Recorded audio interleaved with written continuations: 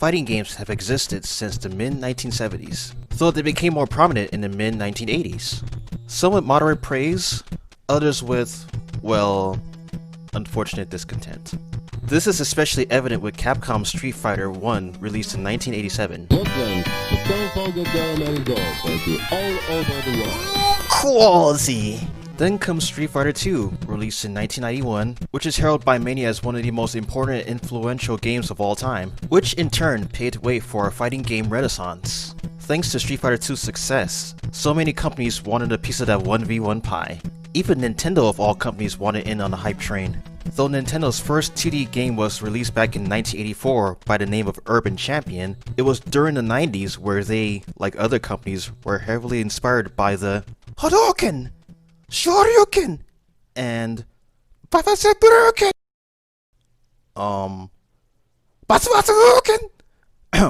Sorry, couldn't resist. Tatsumaki Senpukyak!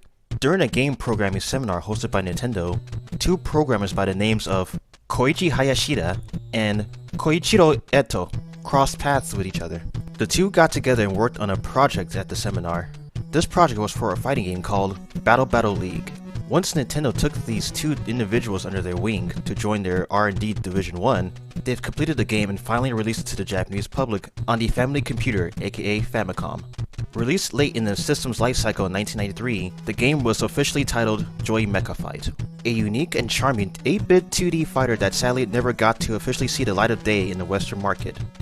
That is until 26 years later with the Nintendo Switch, its online service, and the good old region free.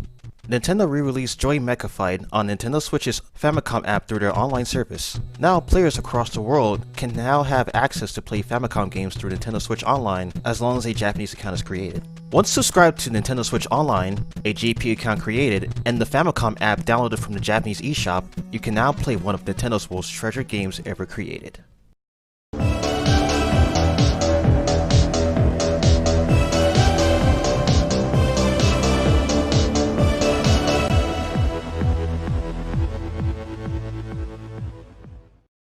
In Joy Mecha Fight's world setting, there live two scientists, Dr. Little Emon and Dr. Ivan Walnuts. The genius duo worked together to create the most fantastical machines the world has ever seen. One Awarai robot and 7 military robots. One day, however, Dr. Walnuts mysteriously vanishes, and with him, 7 of their military robots. Walnuts would then appear on widespread television, declaring world domination. After beholding the state of affairs, Dr. Emon beckons the Awarai robot, by the name of Sukapon, back to the lab to undergo special remodeling.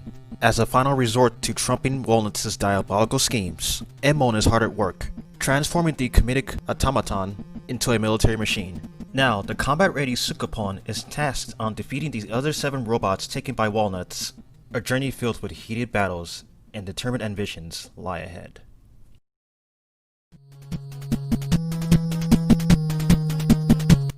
When I first saw this game, I was like, what the hell is this? This looks weird. But that was what made Joy Mecha Fight so fascinating to me. It stood out. With smooth character animations, parallax background scrolling, and running in a solid 60 frames per second, the game was a technical marvel. Character and graphic designer Noriyuki Horada has crafted some of the most weirdest yet lovable characters to grace any video game. And his creations will be well translated into gameplay by robot action designer Shuzo Kosaka. Having individual sprites as limbs instead of traditional full character sprites was an odd yet ingenious choice, as each individual limb for each robot animates very elegantly. And even though the limbs aren't visibly connected to one another, the decision to make every character appear disjointed adds to the game's visual charm. The game's BGM and sound design, composed by Hideaki Shimizu, has that signature Famicom ear candy coupled with lovely chiptunes ranging from bubbly and fun to intense and action-packed. Sure, back in the 90s, fighting games were a dime a dozen. However, Hayashida and Ito really worked their magic, as Joy Mecha Fight was truly a sight to behold in 1993. And it really shows.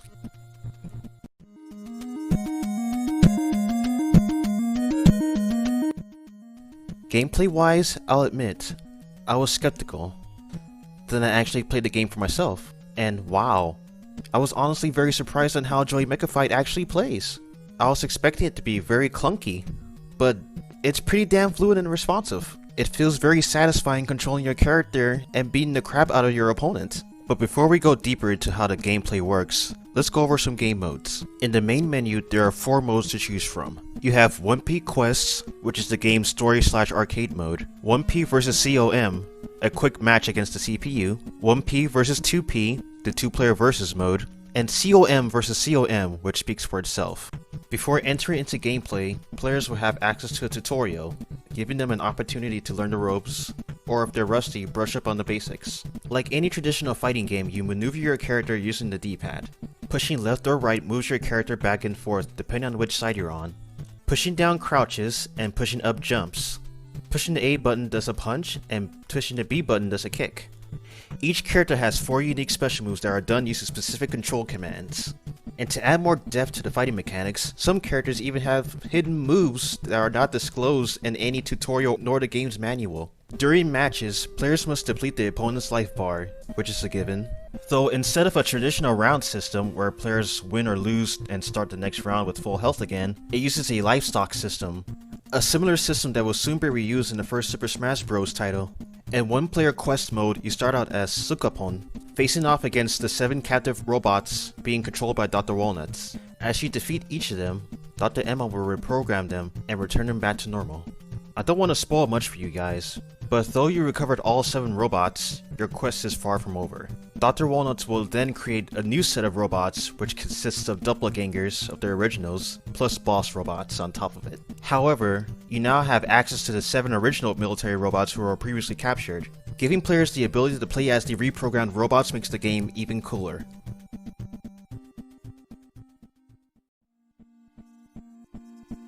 Although it was released late into the Famicom's life cycle, Joy Mecha Fight is beloved by Nintendo fans in Japan and eventually here in the West as well. It's built up such a nice legacy that Sukapon was then featured in Super Smash Bros. Brawl as a sticker and in the newly released Super Smash Bros. Ultimate as an assist trophy.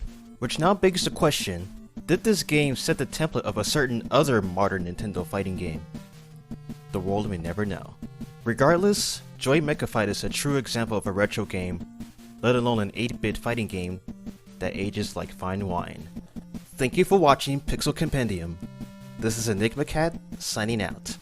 Stay vibrant, peeps.